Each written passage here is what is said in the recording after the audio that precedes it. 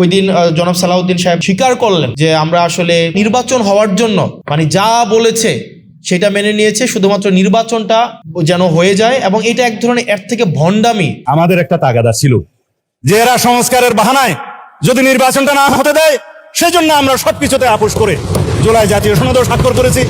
আমরা একত্রিত হয়েছি, সমঝোতা হয়েছে, এবং নির্বাচনের স্বার্থে আমরা অনেক কথা বলি নাই। মানে উনি একটা সংসদের মধ্যে দাঁড়িয়ে উনি ওনার ভণ্ডামি, উনি ওনার হিপোক্রেসিকে জাতির সামনে প্রকাশ করছেন যে আমরা স্বীকার করে নিচ্ছি যে নির্বাচন যেন কোনোভাবেই পিছানো না হয়, সেজন্য আমরা একরকমের পরিছি মুঘলের হাতে খানা খেতে হবে একসাথে। এইভাবে আমরা নির্বাচনটাকে মেনে নিয়েছি, এবং সংস্কার ওই সময় আপনারা যা বলেছেন সেটাকে আমরা মেনে নিয়েছি। এখন যেহেতু আমরা নির্বাচিত হয়ে গিয়েছি, এখন আর মানুষকে, পিপলকে কেয়ার করার আমাদের কোনো সময় নাই। তো সেজন্য আমার কাছে মনে হচ্ছে যে গভর্নমেন্ট যেইভাবে যাচ্ছে এটা খুব সুখকর এবং দীর্ঘমেয়াদী কোনো ইতিবাচক প্রভাব রাখবে বলে আমার মনে হয় না। এবং আমাদের প্রত্যেকটা সিটিজেন বিট্রেড ফিল করছে, চিটেড ফিল করছে, এবং প্রতিষ্ঠানগুলো বিট্রেড ফিল করছে। আমাদের গভর্নমেন্টের অনেক মুড সুইং হয়, মানে গভর্নমেন্ট আসলে কে এটা বোঝা যাইতেছে না। মানে এটা আসলে হাসিনার সময় না একটা বোঝা যাইতো যে ডিসিশনটা দিন শেষে কে নেয়। মানে দিন শেষে দেখবেন ডিভোর্সের প্রবলেমও দিন শেষে ডিসিশন দেয় হাসিনা, দিন শেষে সবাই দৃষ্টি আকর্ষণ করতে হাসিনা। তো এখন আসলে এই জায়গায় মানে ডিসিশনটা আমার কাছে মনে হইতেছে there are so many governments within the governments, আমার কাছে এটা মনে হইতেছে। মানে আমি নিশ্চিত না, কারণ এবং আপনি দেখবেন খুব শীঘ্রই এটা বলা হবে যে আমাদের প্রাইম মিনিস্টারকে, HPM-কে ভুল বুঝানো হয়। এখন ভুলটা বুঝায় কারা? দেখা যায় এখানে অনেক ধরনের ফ্রিঞ্জ এলিমেন্ট আমার কাছে মনে হয় গভর্নমেন্টের সাথে আছে, যারা আমাদের যে জন আকাঙ্ক্ষা তৈরি হয়েছিল, রাষ্ট্রের যে আকাঙ্ক্ষা তৈরি হয়েছিল, সেই জায়গা থেকে গভর্নমেন্টকে অনেক দূরে সরিয়ে নিচ্ছে। এবং এখানে আমাদের যে সংস্কারের ইনস্টিটিউশনাল আমাদের ইন্ডিপেন্ডেন্ট হওয়ার কথা ছিল, আমাদের জুডিশিয়ারি ইন্ডিপেন্ডেন্ট হওয়ার কথা ছিল, আমাদের বিউরোক্রেসির জায়গায় একটা মেসিভ একটা আমাদের এটা রিস্ট্রাকচার হওয়ার দরকার ছিল, আমাদের পুলিশ সংস্কার কমিশন হওয়ার দরকার ছিল। এই সব জায়গা থেকে গভর্নমেন্ট অনেক দূরে সরে গিয়েছে, কারণ গভর্নমেন্টের কাছে মনে হচ্ছে সে যদি সবকিছুকে নিয়ন্ত্রণ না করতে পারে, সবগুলাকে যদি মিসঅ্যাপ্রোপ্রিয়েট না করতে পারে, সে নাকি সরকার যথাযথভাবে চালাতে পারবে না। এখন আমার কাছে ম্যাডাম খুব ভালো বলেছেন কিছুক্ষণ আগে যে শেখ হাসিনা থেকে তো সবচেয়ে বেশি মানে সেন্ট্রাল, একদম সবকিছুকে সেন্ট্রালাইজড করা, হাসিনা কেন্দ্রিক যেভাবে সবকিছু সেন্ট্রালাইজড হয়েছে, এর থেকে শক্তিশালী তো আর কেউ থাকে নাই, আর কেউ ছিল না। তারপরেও তো শেখ হাসিনা টিকে থাকতে পারে নাই। এখন গভর্নমেন্টের মাথার মধ্যে যদি এটা এখন হয় যে আমাকে সবকিছুই নিয়ন্ত্রণ আমার লাগবে, সবকিছুই আপনার তারেক জিয়া এসে সমাধান করতে হবে। একদিন দেখলাম যে মিনিস্ট্রিতে কোনো এক এমপ্লয়ের ওনার ছেলে হারায় গেছে, এইটাও এই জায়গায় তারেক জিয়া এই জিনিসটাকে সলভ করতে হয়েছে। তো এই জিনিসটা আমাদের জন্য কোনো সুখকর নয়। আমার কাছে মনে হয় সামনে বাজেটকে সামনে রেখে এখন ব্যবসায়ী আপনারা যারা আছেন, আপনাদের একটা বিষয়ে এই সরকারের কাছে আপনাদের একটা দাবি খুব বেশি স্ট্রংলি করা উচিত, সেটা ট্যাক্স অটোমেশন অথবা ভ্যাট অটোমেশনের বিষয়টা। আপনি দেখবেন কিছুক্ষণ আগে উনি একটা ডেটা দিয়েছেন, RGSC-র একটা রিসেন্ট একটা রিসার্চ আছে, সেখানে 1,28,00,000 TIN ধারী আছে, 1,28,00,000, কিন্তু আয়কর রিটার্ন জমা দিছে 5.5 লাখের মতো, মানে এটা 5%ও না। আবার আমাদের রেজিস্টার্ড বিজনেস প্রতিষ্ঠান আমাদের প্রায় 1 কোটির উপরে আছে, সেখানে দেখা যায় বছরে 5 লাখ 7 লাখ আয়কর রিটার্ন দেয়। এটা দেওয়ার কারণও আছে, আপনি যখন আয়কর রিটার্নের যেই ধরনের বর্তমানে যে ট্রেডিশনাল পদ্ধতি, এই ট্রেডিশনাল পদ্ধতিতে দেখা যায় আপনার পেপার কমপ্লায়েন্সের অনেক জটিলতা। এবং কিছুদিন আগে একজন বিজনেসম্যান বলছিলেন NBR যেটা রয়েছে এটা বেসিক্যালি এখন ন্যাশনাল ব্যুরোক্রেটিক রিপ্রেশনের একটা বলা যায় NBR স্ট্যান্ড ফর। তো দেখা যায় ট্যাক্স ফাইল জমা দেওয়ার ক্ষেত্রে যে ধরনের জটিলতা, এই জটিলতা যদি আমরা অটোমেশন করে দিতে পারি, পেপারলেস করে দিতে পারি, অথবা NID কার্ডের সাথে যদি আমরা ইন্টিগ্রেটেড করে দিতে পারি, তাহলে এক কার্ডে অল সার্ভিস আমাদের হয়ে যায়। এবং আন্ডার টেবিল যেই ধরনের কম্প্রোমাইজ আছে বা আন্ডার টেবিল যেই ধরনের নেগোসিয়েশন হয় সেটাও কিন্তু কমে যায় এবং সেটা অলমোস্ট জিরো হয়ে যায়। সেজন্য আমাদের ক্যাশলেস, পেপারলেস এবং NID ইন্টিগ্রেটেড ট্যাক্স এবং ভ্যাট অটোমেশন, এখন এটা শুধুমাত্র সময়ের দাবি না, এটা অনেক দেশে, আমি যদি ইউরোপিয়ান অনেক দেশে দেখি, এটা অলরেডি অনেক বছর ধরে সেটা প্র্যাকটিসে আছে। আপনি ইংল্যান্ডে যান, ইউএসএ তে যান, ইউএসএ তে যে ট্যাক্স দিচ্ছে একটা মেশিনকে ট্যাক্স দেয়। ইউএসএ দেখা যায় আপনি যখন একটা ট্যাক্স দিবেন, একটা হচ্ছে আপনি একটা স্ট্রিটে বিভিন্ন কর্নার বুথ থাকে, আপনি ওখানে ট্যাক্স দিচ্ছেন, ওখানে কোনো আপনি কে ট্যাক্স নিয়েছে কোনো ব্যক্তিকেও আপনি কখনো দেখবেন না, আপনার ওই মেশিনের সাথে হচ্ছে আপনার কোন আপনার হচ্ছে কমিউনিকেশন হচ্ছে। তো সেখানে আন্ডার টেবিল কোনো ধরনের কম্প্রোমাইজ করার কোনো সুযোগ থাকে না। বাংলাদেশে দেখা যায় এই জিনিসটাকে পেপার ইন্টিগ্রেটেড করে রাখা হয় এবং ব্যাপারটাকে খুব জটিল করে রাখা হয়। সেজন্য যারা ব্যবসায়ী আছে তাদের সুবিধার জন্য এবং আমরা বেশি করে ট্যাক্স এবং ভ্যাট সংগ্রহ করার জন্য আমাদের বর্তমানে ট্যাক্স এবং ভ্যাট অটোমেশনের কোনো বিকল্প নেই। আর দ্বিতীয় যে বিষয়টা, বর্তমানে আমাদের যেই সংকট, আমরা কিছুদিন আগে যেই জাতীয় সংকটের মধ্য দিয়ে গিয়েছি, সেটা হচ্ছে আমাদের ফুয়েল ক্রাইসিস, একই সাথে সাথে আমাদের এনার্জি ক্রাইসিস। এই ফুয়েল এবং এনার্জি ক্রাইসিস এখন দেখা যায় লম্বা লাইন কমে গিয়েছে, এখন লম্বা লাইন নাই। তবে এটা থেকে আশাবাদী হওয়ার কোনো কারণ নাই, কারণ আমাদের ফুয়েল ডিপেন্ডেন্সিটা যদি আমরা দেখি, আমাদের ফুয়েল ডিপেন্ডেন্সিটা ইম্পোর্ট বেসড এবং আমাদের দেখা যায় গ্যাস থেকে আমরা হচ্ছে 43% হচ্ছে আমরা ফুয়েল পাই, এনার্জি পাই। আমরা গ্যাস থেকে সেটা 43% পাই এবং গ্যাসের যেই বেশিরভাগ আমাদের এলএনজি কিন্তু হয় কাতার থেকে। এখন এই কাতারের এলএনজি আমাদের প্রত্যেকদিন প্রায় 4000 MFCFD হচ্ছে আমাদের গ্যাস লাগে প্রত্যেক দিন, 4000 million metre cubic foot per day. কিন্তু দেখা যায় আমাদের হচ্ছে এই ডোমেস্টিক আমাদের সোর্সিং করতে পারে আমরা 2000 MFCFD, আমাদের স্টিল 2000 শর্ট MFCFD। এখন এটাকে আমরা কাতার থেকে আনতে হয় অথবা ওমান থেকে আনতে হয়, ওমানও আবার সেটা কাতার থেকে কিনে। এখন দেখেন আমরা এই যে হেভিলি একটা ইম্পোর্ট ডিপেন্ডেন্ট একটা হচ্ছে আমরা ফুয়েলে গিয়ে আমাদের এনার্জি আমাদের সোর্স করতে হয়।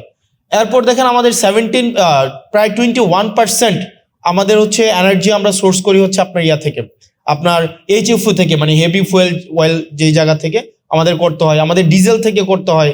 অর্থাৎ এই যে ফার্নেস অয়েল ডিপেন্ডেন্সি আমাদের কখনোই এনার্জি ইন্ডিপেন্ডেন্ট করবে না। তো এনার্জি ইন্ডিপেন্ডেন্ট না হইলে আমাদের যে প্রবলেমটা হবে, দেখা যায় আমাদের এই যে ইন্ডাস্ট্রিয়াল এবং কমার্শিয়াল আমাদের এনার্জি অনেক ক্রাইসিস আছে। ইন্ডাস্ট্রি এবং কমার্শিয়াল এনার্জি ক্রাইসিসের কারণে আমাদের হচ্ছে বিজনেস বার্জিয়ন হচ্ছে না, বিজনেস বাড়ে না। আমাদের এখানে দেখা যায় প্রচুর পরিমাণ আমাদের লোডশেডিং এর কারণে আমাদের বড় বড় প্রতিষ্ঠানগুলো প্রত্যেক বছর ক্রাইসিসের মধ্যে দিয়ে যেতে হয়। তো সেজন্য আপনি যদি আমাদের আশেপাশের দেশগুলোতে দেখেন, ইন্ডিয়াতে দেখেন, তারা কিন্তু আপনার এনার্জি সোর্সকে ডাইভার্সিফাই করতে পারছে, এখন রিনিউয়েবলসে চলে গেছে। আমাদের পাকিস্তান দেখবেন, ওরা হচ্ছে আপনার রিনিউয়েবলসে এখন এই যে এখন একটা ইসরায়েল এবং হচ্ছে ইসরায়েলের যে সংকটটা তৈরি হয়েছে, ইসরায়েল USA এবং মধ্যপ্রাচ্য ইরানের সাথে যে যুদ্ধটা হয়েছে, সেটার ইম্প্যাক্ট কিন্তু পাকিস্তানে পড়ে নাই, উরুগুয়েতে পড়ে নাই, কেনিয়াতে পড়ে নাই, কারণ হচ্ছে তারা এখন রিনিউয়েবলসে এখন ডিপেন্ডেন্ট। দেখা যায় তাদের 57%-এরও বেশি হচ্ছে আপনার এনার্জি আপনার হচ্ছে রিনিউয়েবলস থেকে তারা উৎপাদন করতে পারছে।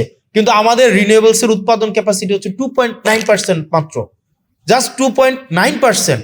এখন আমাদের এই যে লাস্ট আপনি 10-15 বছরে যদি দেখেন, আমাদের নতুন কোনো ধরনের হচ্ছে আমরা ডোমেস্টিক কোনো সোর্সিংই করি নাই রিনিউয়েবলস এর জন্য।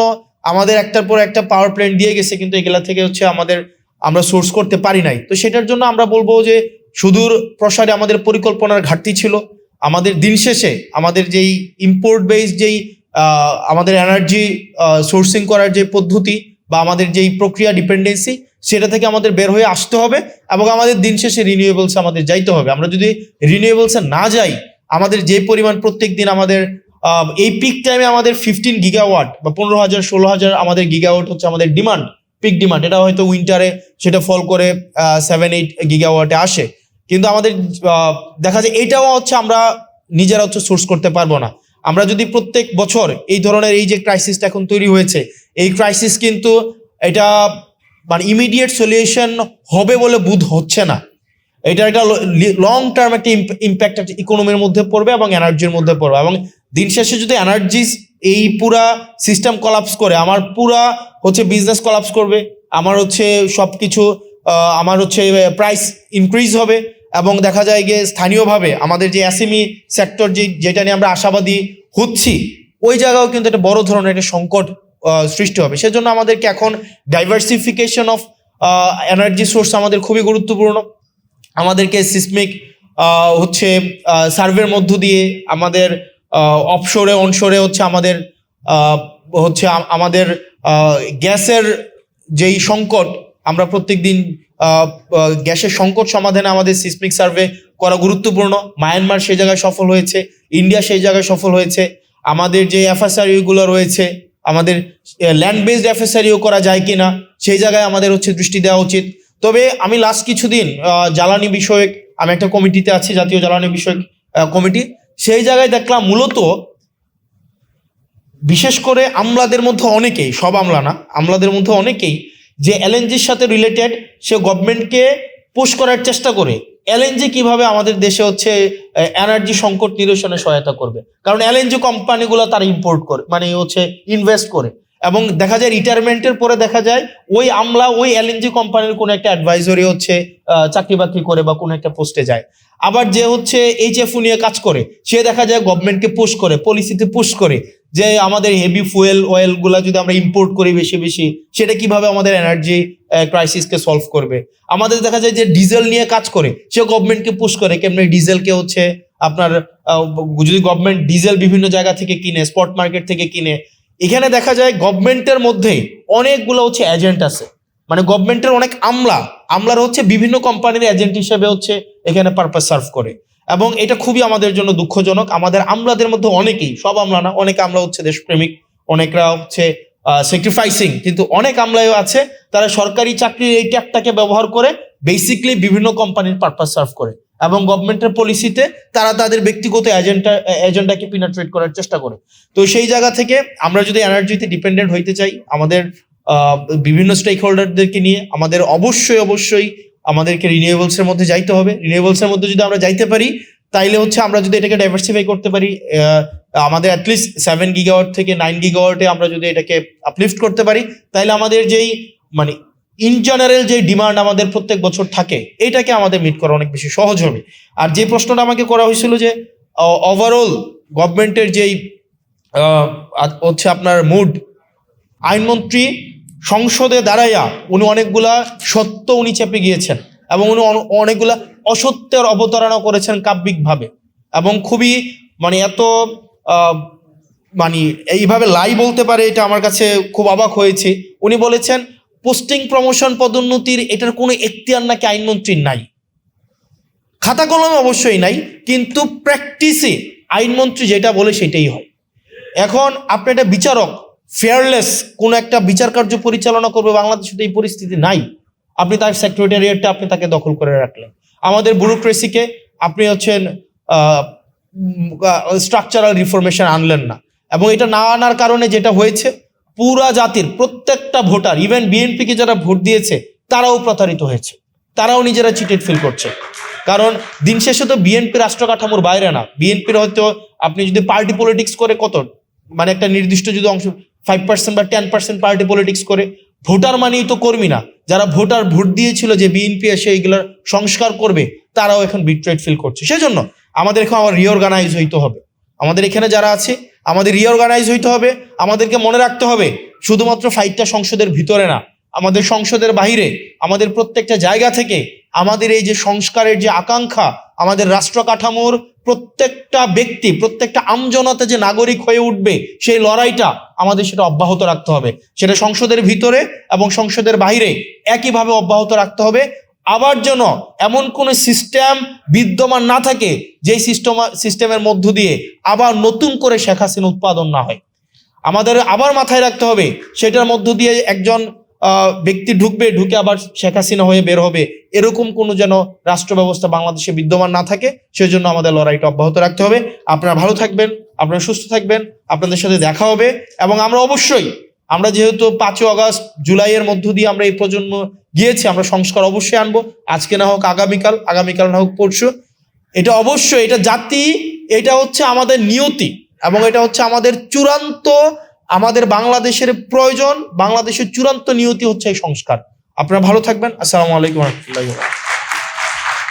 ধন্যবাদ।